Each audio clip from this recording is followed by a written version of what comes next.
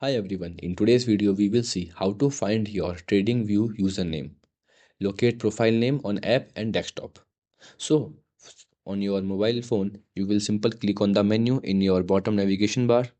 After that, once you click here at the top, you will see your username and the profile icon. Then simply click on the right arrow button and then here you will see your full profile, full about it, your followers, following and ideas. Then after you can simply click on the pencil icon if you want to customize your username.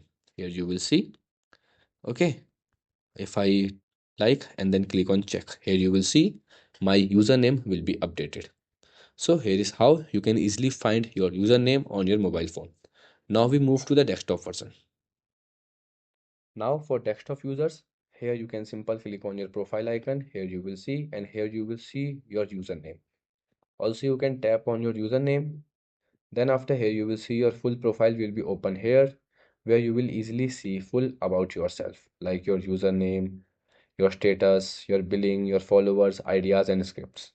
Okay, once you open the tradingview.com, simple press the profile icon.